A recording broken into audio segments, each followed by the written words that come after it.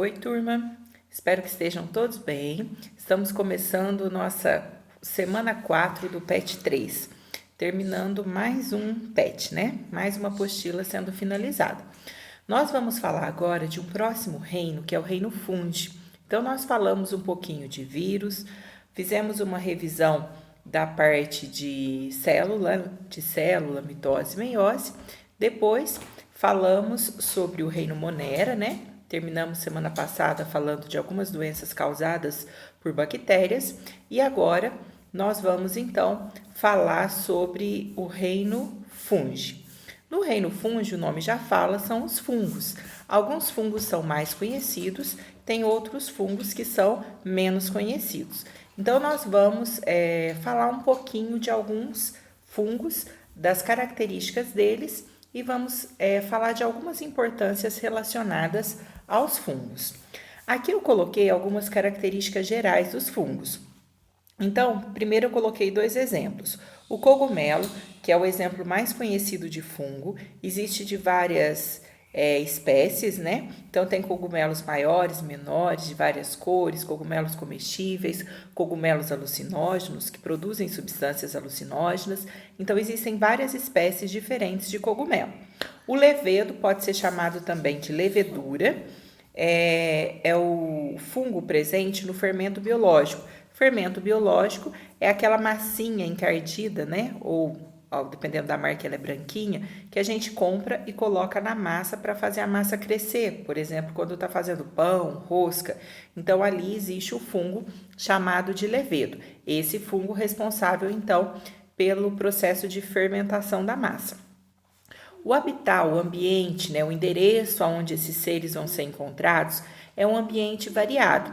Existem alguns fungos que são encontrados na água e existem os fungos terrestres, mas o fungo gosta de ambiente terrestre úmido. O fungo gosta de viver aonde tem umidade. Então, o ambiente é variado porque aí depende da espécie de fungo. Existem fungos unicelulares que só podem ser vistos no microscópio, porque eles são formados por uma única célula, que é o caso do levedo, que está presente no fermento. Esse fungo nós só conseguimos visualizar através do microscópio. E existem os fungos pluricelulares, que podem ser chamados também de multicelulares. Os fungos pluricelulares são formados por várias células, por exemplo, o cogumelo.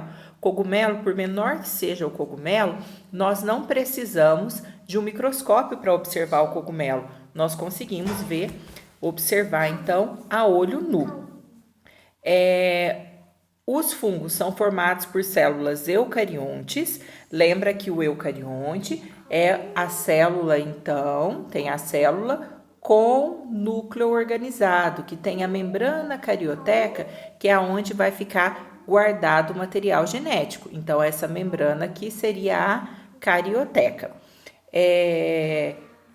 Procarionte, que não tem núcleo organizado, bactérias e as cianobactérias. O restante são seres formados por células eucariontes, os protozoários, os fungos, os animais e os vegetais. A reserva energética que eu coloquei aqui, reserva energética vai ser o glicogênio. Glicogênio é uma molécula formada pela união de várias glicoses que vai ficar armazenado dentro do ser para que ele possa usar conforme a necessidade dele. Conforme ele precisar de energia, ele vai quebrando esse glicogênio. Essa reserva energética glicogênio vai aproximar o fungo dos animais, porque as plantas, a reserva energética das plantas é o amido, é a forma como ela armazena a glicose. Agora, a forma como os animais e os fungos vão armazenar essa glicose é o glicogênio. Então, é a molécula de reserva energética de animais e fungos. Então, são várias glicoses juntas, unidas, e depois, conforme a necessidade, ele vai quebrando essa glicose para obter a energia que ele precisa. A célula do fungo vai apresentar em volta a parede celular. Então, células vegetais têm parede celular formada de celulose. A célula das bactérias também tem parede celular formada de peptídeo-glicano, e os fungos têm a parede celular também formada de quitina, que é um polissacarídeo também, é um tipo de açúcar, né? Então, a parede celular dos fungos formada de quitina. Uma característica aqui, ó, importante, os fungos, eles são aclorofilados, A vem de não, clorofilados de clorofila. Então, eles não apresentam clorofila. Se eles não têm clorofila, que é o pigmento capaz de absorver a energia luminosa para a realização da fotossíntese, consequentemente, eles não realizam fotossíntese. Importantíssimo isso, porque muita gente acha que o fungo se assemelha muito com a planta. Então, às vezes, vai comer cogumelo lá, um refogado de cogumelo, uma salada de cogumelo, aí acha que isso é uma comida vegetariana. Não é um vegetal. O fungo, ele se aproxima muito mais, pelas suas características, dos animais do que dos vegetais. Então, os fungos, eles não realizam fotossíntese. Se eles não realizam fotossíntese, eles não produzem seu próprio alimento. Por isso, eles são classificados de heterótrofos. Eles vão retirar o alimento do meio externo. Na realidade, eles são heterótrofos por absorção. Eles absorvem os nutrientes do meio externo. Então, eles não realizam fotossíntese. São heterótrofos, não produzem seu próprio alimento. Depois, os fungos unicelulares, como o próprio nome já fala, eles são formados por uma única célula, claro. Agora, os fungos que são pluricelulares ou multicelulares, formados por várias células, eles têm o corpo formado por hifas. Essas hifas são filamentos de células. Então, aqui eu teria um filamento de célula. Esse filamento de célula que vai formar o corpo do fungo é chamado de hifa. Então, são várias hifas que vão ficar entrelaçadas. O conjunto dessas hifas entrelaçadas nós chamamos de micélio. É como se você cortasse vários pedacinhos de lã. Um pedacinho de lã seria uma hifa, um filamento de células. Depois você mistura, maçaroca esses pedacinhos de lã, formando micélio. Então, olha, o corpo do fungo pluricelular vai ser constituído por hifa. Tanto é que nós falamos que a hifa é a unidade básica formadora do corpo do fungo. E essas hifas entrelaçadas vão formar o chamado micélio. No desenho que nós temos aqui, olha, nós temos, parece raiz, mas não é raiz, porque não é planta, não tem a função de absorver água como acontece com a planta, né? Ajuda a fixar o fungo ali, mas não é raiz. A parede celular não é formada de celulose como da planta, é formada de quitina. Então, existem, claro, diferenças. Então, aqui nós temos várias hifas, e essas hifas, elas aparecem por todo o corpo do fungo. E o conjunto das hifas entrelaçadas nós chamamos de micélio.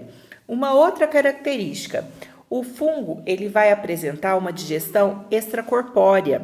Extracorpórea é a digestão que acontece fora do corpo. Então, o fungo ele vai ficar preso na matéria orgânica, por isso que é comum ver, por exemplo, um cogumelo crescer em tronco de árvore. É comum você ver, se tem esterco ali, crescer o cogumelo em cima. Então, ele cresce em cima da matéria orgânica que vai ser o alimento dele. O que ele faz? Então, essa parte aqui, ó, o micélio vai se fixar na matéria orgânica, vai liberar dentro aqui da matéria orgânica enzimas digestivas que vão amolecer, vão digerir essa matéria orgânica e depois ele absorve os nutrientes prontos, já digeridos. Então, a digestão é fora do corpo do fungo. O micélio libera as enzimas digestivas nessa matéria orgânica, onde ele está fixado. Vai acontecer essa digestão fora do corpo do fungo e depois ele absorve os nutrientes prontos. Então, por isso, digestão extracorpórea. Aqui eu coloquei a representação da hifa, porque tem dois tipos de hifa. Então, a hifa, que vai formar então o corpo do fungo, esse filamento de células, pode ser a hifa septada e a hifa cenocítica. Qual que é a diferença? Essa primeira aqui, ó, a septada, tá vendo que tem a divisão, ó, de uma célula para outra, tem esses risquinhos dividindo, ó. Eu não me dou muito bem com esse pincelzinho, né? Mas aqui, ó, tem as divisões. Na de baixo, não. Na cenocítica, não tem a divisão. Então, os núcleos vão ficar todos misturados nessa parte de dentro, que nós chamamos de protoplasma. Então, aqui, ó, na de cima, as células são separadas. Esses risquinhos aqui que separam, nós chamamos de, ai meu Deus, septo. Olha eu escrevendo com isso daqui, né? Até que saiu, septo. E na de baixo, não existe esse septo, não existe a separação entre essas células. Os núcleos, eles vão ficar todos ali dentro, tudo junto, né? Sem a separação. Aí o fungo pode apresentar, então, a hifa septada ou a hifa cenocítica. Aqui é um em branco. A reprodução do fungo. Ele pode fazer a reprodução assexuada. O exemplo aqui de reprodução assexuada, o brotamento. O levedo, ou levedura, que é o fungo unicelular presente no fermento, ele faz o processo de brotamento. Então, existe aqui, ó, ele é unicelular microscópico. Então, aqui, ó, tem um fungo, um levedo, ele começa a aumentar algumas regiões aqui e vai crescendo um novo fungo. Ele vai brotando, as células vão se multiplicando em determinada região, conforme essas células vão se multiplicando, vai crescendo ali o novo levedo. Depois ele adquire a independência dele, ele se desprende do restante. Então, o brotamento é isso, é uma reprodução assexuada, porque não houve mistura de material genético. Esses brotos formados, esses novos descendentes, são idênticos ao fungo que tinha anteriormente, porque ele sozinho está dando origem aos seus descendentes. Então, essa reprodução assexuada, lembra que aqui não aumenta a variabilidade genética. A reprodução sexuada. Aqui nós temos a reprodução do cogumelo. Então, o cogumelo, olha, ele tem essa parte de baixo aqui, ó, tá pequenininho, é o micélio vegetativo, que é o micélio que vai prender, que vai fixar, então, o fungo na matéria orgânica. Essa parte de cima aqui do chapéu do cogumelo, nós chamamos de micélio reprodutivo, como o nome já fala, está relacionado com a reprodução. Pode ser chamado também de corpo de frutificação. Eles até deram esse nome porque antigamente, né, eles achavam que cogumelo era planta, então iria dar fruto. Então, por isso desse nome, corpo de frutificação. Mas hoje, claro, nós sabemos que não é isso que acontece. Então, essa parte de cima é o corpo de frutificação. E embaixo do chapéu do cogumelo, nós temos a lamela. A lamela são aquelas dobras que tem na parte de baixo do cogumelo. Ali dentro, nessa lamela, nós temos hifas férteis. Essas hifas férteis, elas são chamadas de basídio, que é onde vão ser produzidos os esporos. Esporos são células de reprodução. Então, na lamela, que são aquelas dobras, tem o basídio. Basídio é uma hifa fértil. Dentro dessa hifa fértil vão ser produzidos os esporos, que nós vamos chamar de basidiósporos. Então, os esporos vão ser chamados de basidiósporos. A hora que a hifa, que esse basídio estiver cheio de basidiósporo, cheio de esporo, ela vai se romper, ela abre e libera os esporos no ambiente. O esporo vai cair ali no solo, se tiver umidade, se tiver matéria orgânica, ele se desenvolve e cresce um novo cogumelo. Por isso que é muito comum a gente observar um cogumelo maior e ao redor desse cogumelo maior crescendo um tanto de cogumelo pequenininho, porque os esporos vão caindo, tem matéria orgânica, tem umidade, vão crescer ali novos cogumelos. Ah, pode ser levado para um outro lugar? Pode. O esporo é uma célula de reprodução microscópica. Então, a própria circulação, não precisa de ventania não, né? A própria circulação do ar leva esse esporo para um outro lugar. Se ele cair onde se for seco, não se desenvolve. Mas se ele cair onde tem matéria orgânica, onde tem umidade, ele vai se desenvolver e aí vai crescer nessa região um cogumelo. Esses nomes que nós falamos, basídio, basidiósporo, é porque a classificação do cogumelo, ele pertence a um grupo de fungos chamado basidiomiceto. Por isso nós falamos esses nomes, tá bom? Então, a reprodução sexuada, ela vai acontecer através dessa formação de esporos. Pode acontecer nessa reprodução sexuada a fusão de hifas também. Quando acontece a fusão de hifas, essa fusão de hifas leva à formação de... A fusão de hifas leva à mistura de material genético que vai caracterizar, então, uma reprodução sexuada, certo? Então, essa formação de esporos pode acontecer do próprio cogumelo só produzir os esporos ou pode acontecer a fusão de hifas também, para caracterizar, claro, a reprodução sexual. A classificação dos fungos. Existem 4 grupos, mas até na apostila de vocês, eles mencionaram as 3 primeiras, e essa última classificação tem livro que traz, tem livro que às vezes não traz. Essa classificação, esses 3 primeiros aqui, depende do tipo de esporo, do tipo de reprodução, do tipo de esporo que vai ser formado. O primeiro nome que eu coloquei, zigomicota. A gente fala mais o que está entre parênteses, zigomiceto. O exemplo que nós temos é o bolor, o mofo, o bolor.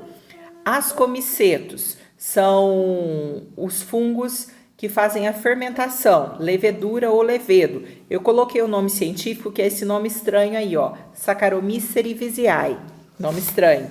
Esse é o fungo presente no fermento biológico.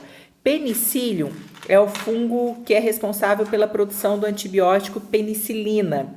Basidiomiceto são os fungos conhecidos, os cogumelos. Tem o champignon, shiitake, shimeji, que são cogumelos comestíveis. Orelha de pau, que é muito comum dar em árvore.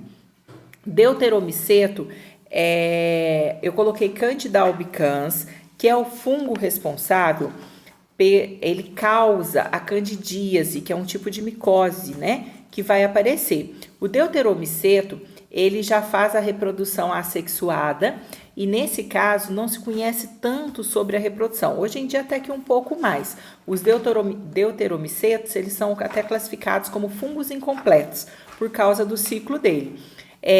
O que é muito importante? A gente lembrar que para o fungo se desenvolver, tem que ter umidade.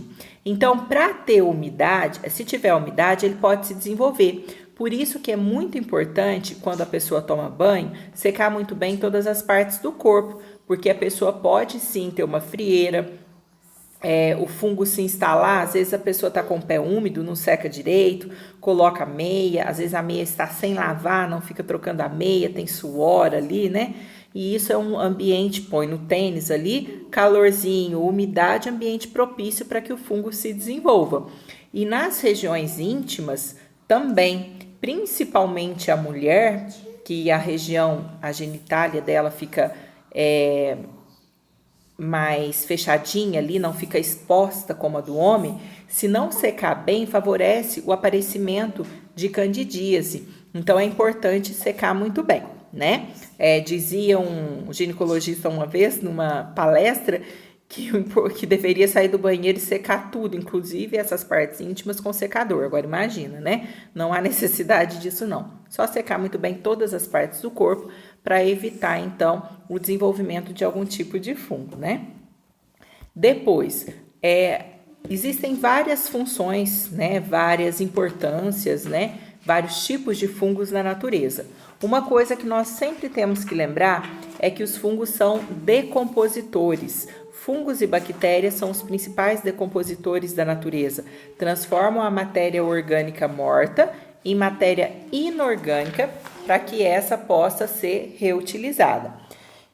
Existe fungo que faz a fermentação alcoólica. A fermentação lática é lactobacilo, bactéria. A fermentação alcoólica para produção de cerveja, produção de vinho, para fazer a massa do pão crescer. Você pôs o fermento biológico lá, o fungo que está presente no fermento biológico, o que ele vai fazer? Transformar uma parte do carboidrato que tem, da glicose que tem ali na massa, em álcool, não que vá ser pão alcoólico, é uma quantidade expressível que volatiza, né? Sai da massa e vai produzir o gás carbônico. Esse gás carbônico que é produzido vai fazer a massa crescer. Por isso que tem muita gente que quando põe a massa crescer, pega um pedacinho da massa, coloca dentro do copo com água. ela vai lá para o fundo. A hora que a bolinha sobe, fala, já tá bom, já fermentou, realmente. Porque se a bolinha subiu, significa que já produziu gás carbônico, né? Produziu gás carbônico, a bolinha encheu de gás, ficou mais leve e subiu. Então, realmente já aconteceu o processo de fermentação, que vai deixar o pão mais leve, aqueles buraquinhos, né? Ele fica aerado, aqueles buraquinhos dentro da massa deixam o pão mais leve. Tem fungos que são usados como alimento, como esses Saccharomyces cerevisiae, gente, é o levedo ou levedura. Usado como alimento, o champignon, que é mais conhecido, muita gente às vezes coloca no estrogonofe, né? Shiitake, shimeji também são cogumelos comestíveis. Produção de antibióticos, nós temos o fungo penicílio, de onde se extrai o antibiótico penicilina. Tem um cientista, um estudioso, um médico, né? Alexander Fleming. O que ele fez? Ele pegou uma plaquinha de... Até semana passada nós comentamos isso na parte de antibióticos. Uma plaquinha de bactérias para fazer um experimento, né? Semana passada eu tinha até invertido, depois eu voltei. Uma plaquinha de bactérias fazendo o experimento para ver a reprodução das bactérias. Aí o que aconteceu?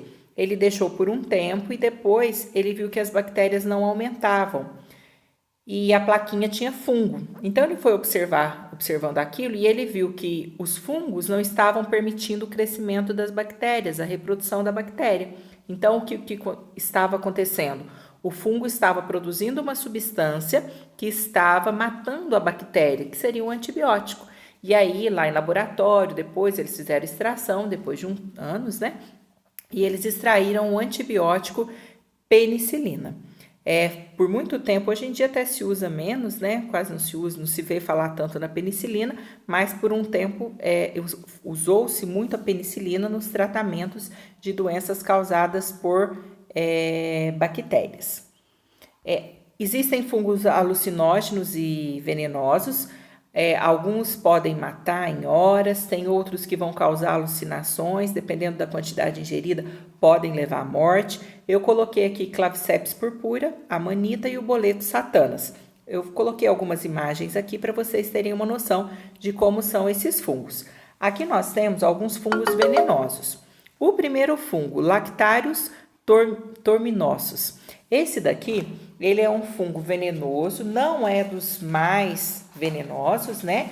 Mas ele é um fungo que pode provocar na pessoa problemas gastrointestinais. O efeito dele no corpo da pessoa pode começar a aparecer de 15 minutos a 3 horas depois do consumo. O Cortinarius é um fungo que ele, vamos dizer, não é muito apreciado, né? É venenoso, mas ele tem um gosto muito amargo, ele é muito indigesto e nesse caso desse fungo, a pessoa vai ficar com a boca seca, ela perde o apetite, pode dar dor de cabeça e a ingestão dele pode provocar problemas renais no rim e problemas hepáticos também. O Russula emética aqui, ele é venenoso também. Meia hora, 2 horas depois que a pessoa ingerir esse, ela começa a ter problemas também gastrointestinais, diarreia, vômito, náusea. Ele é tóxico, mas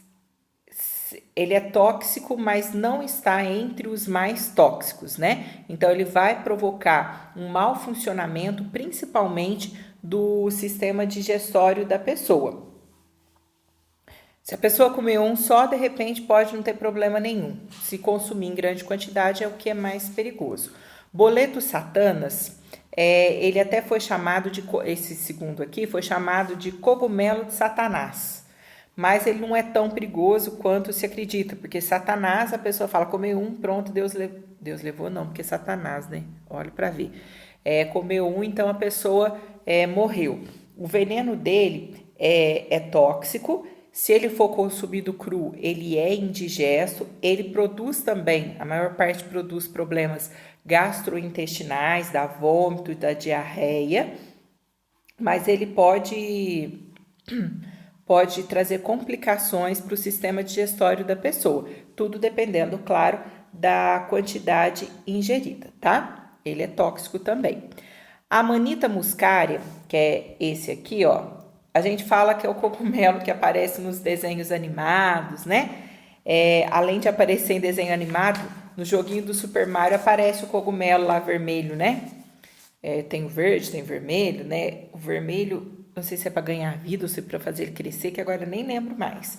Mas esse cogumelo, ele é conhecido como mata-mosca. Por quê?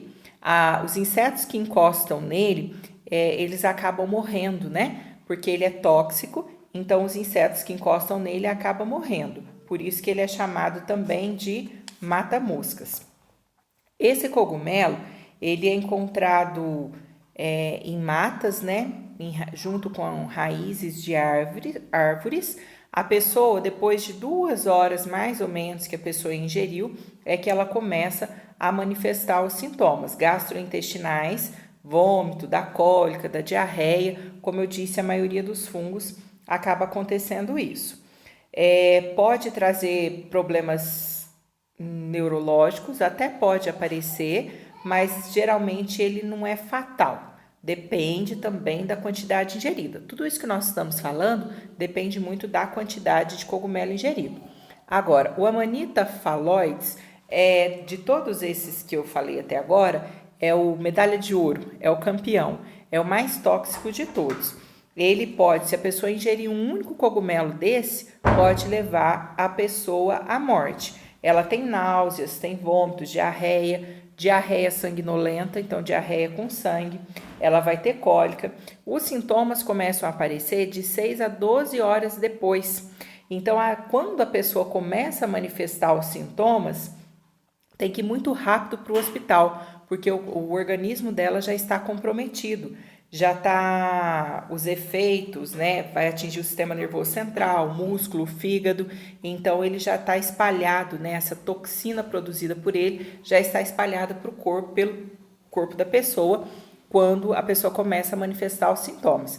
Então, esse de todos que eu falei, é o mais grave, né? Todos podem levar à morte, dependendo da quantidade ingerida, dependendo do organismo da pessoa. Esse, o último, Amanita phalloides, é o pior deles.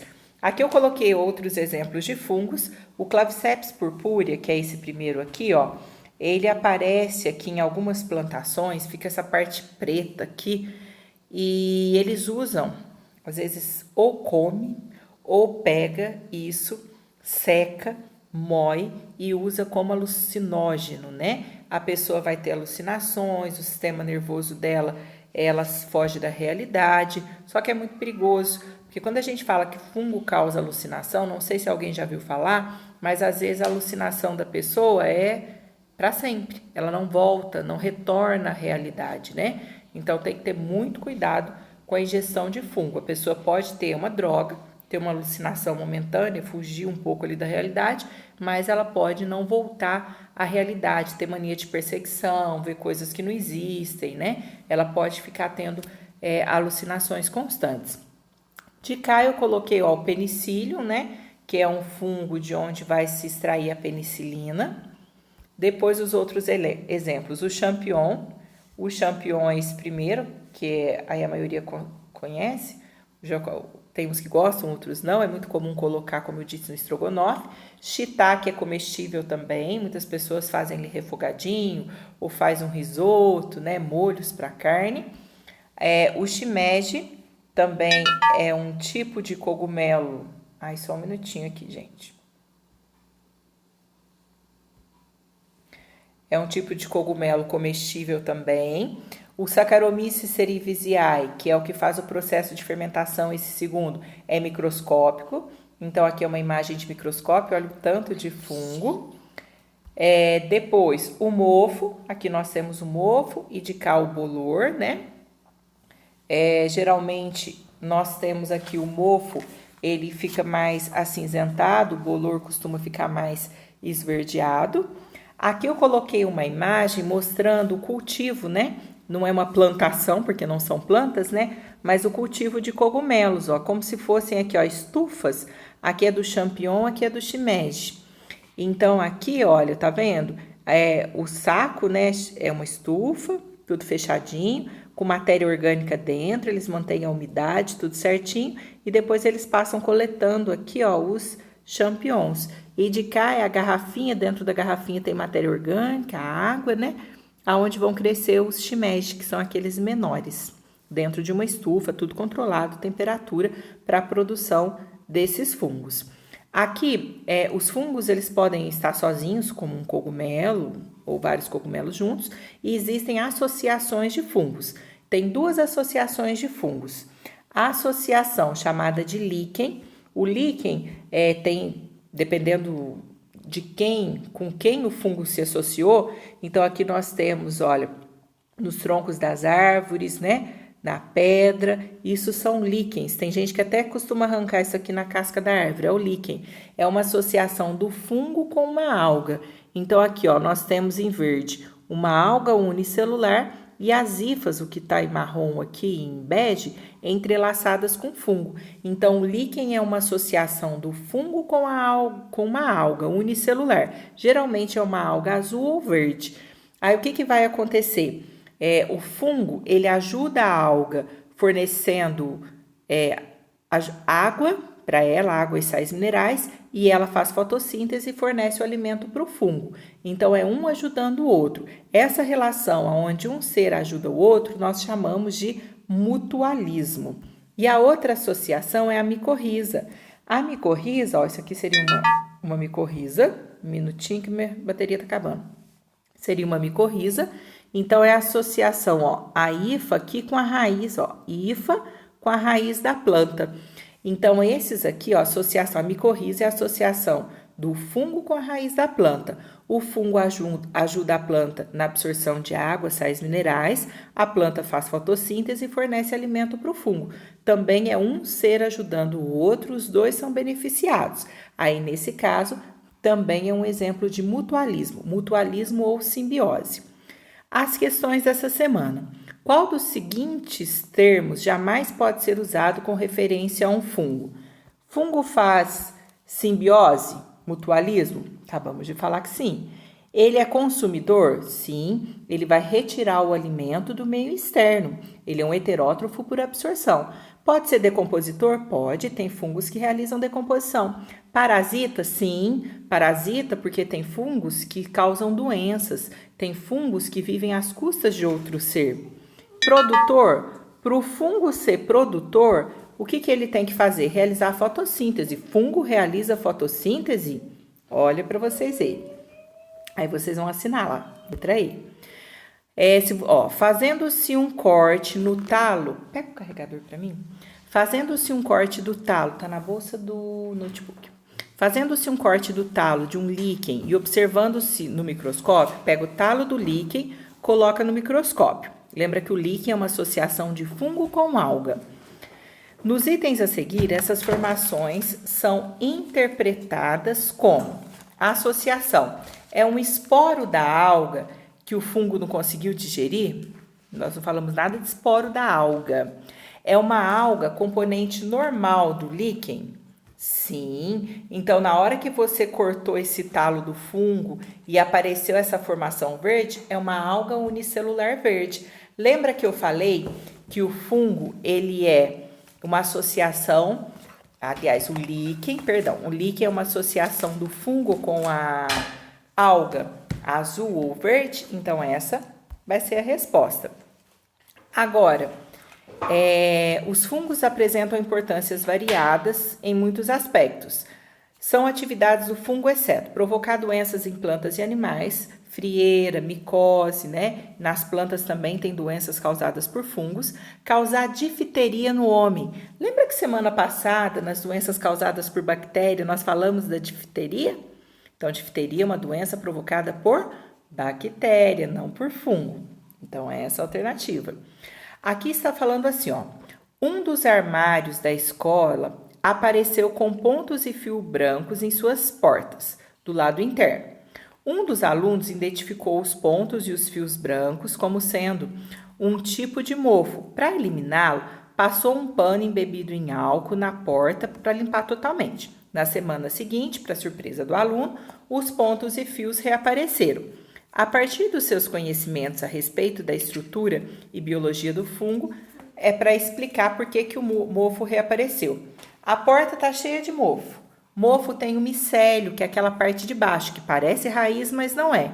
Se você limpar... bateria. Se você limpar essa parte de fora, você não retirou o micélio de dentro da porta. Então, por que reapareceu o mofo? Porque ele retirou só a parte externa, que é o corpo de frutificação, aquela parte de cima, corpo de frutificação ou micélio reprodutivo. O micélio vegetativo, ou pode falar só micélio, ficou dentro da porta. Então, por isso que tirou a parte, é como se fosse planta, mas não é planta, pelo amor de Deus. Vai crescendo aquela parte de cima, como se fosse brotando aquela parte de cima novamente. Depois, o molho, está falando do molho de soja mofado, que vai ser utilizado. Está falando de infecções que são tratadas, né? Com mofo.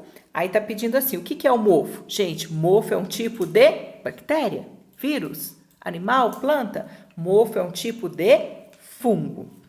Por que esses alimentos mofados podem combater as infecções de pele? Porque está falando que o mofo combate algumas infecções de pele.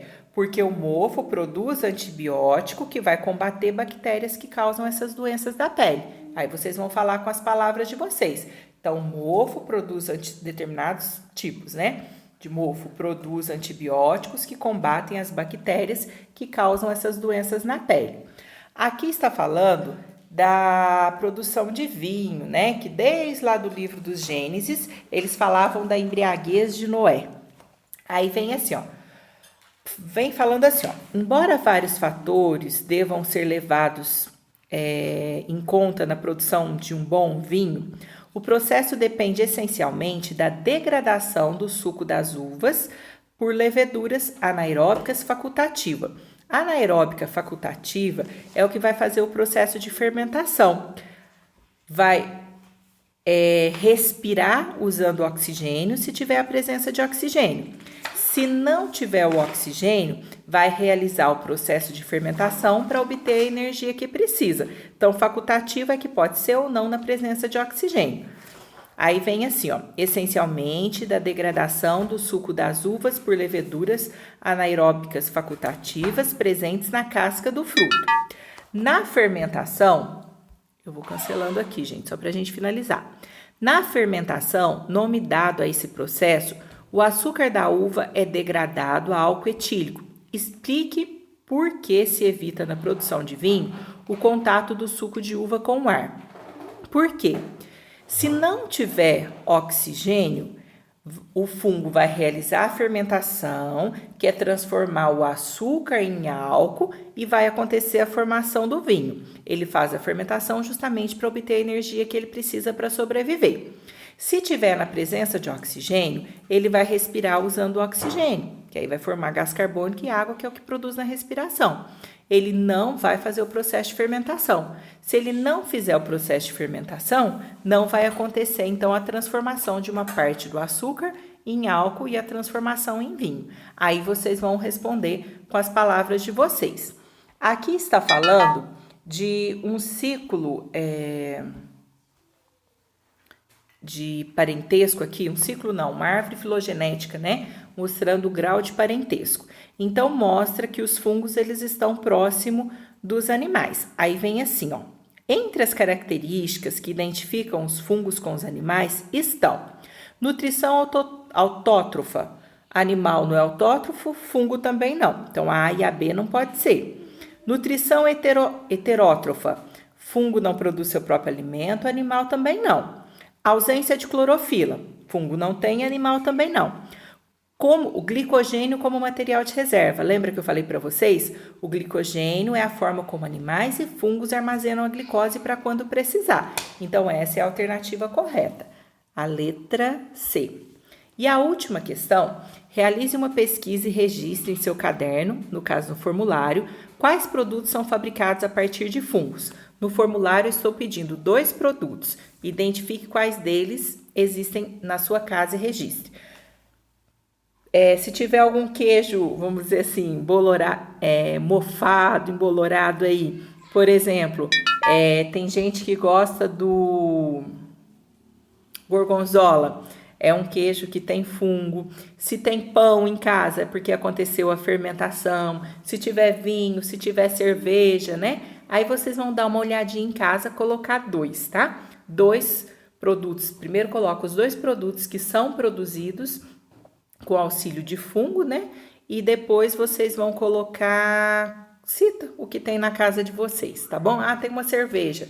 Ah, tem um vinho. Tem o gorgonzola. Aí vocês vão citar com as palavras de vocês. Bom, foi rapidinho, perdão pelas vezes que apareceu aqui da bateria, que tá acabando a bateria do celular, mas espero que tenha a matéria muito extensa, né, para explicar tudo de uma vez, é claro, mas espero que vocês tenham entendido pelo menos um pouquinho de fungos e consigam resolver o formulário, tá bom? Até a nossa próxima explicação. Fiquem com Deus.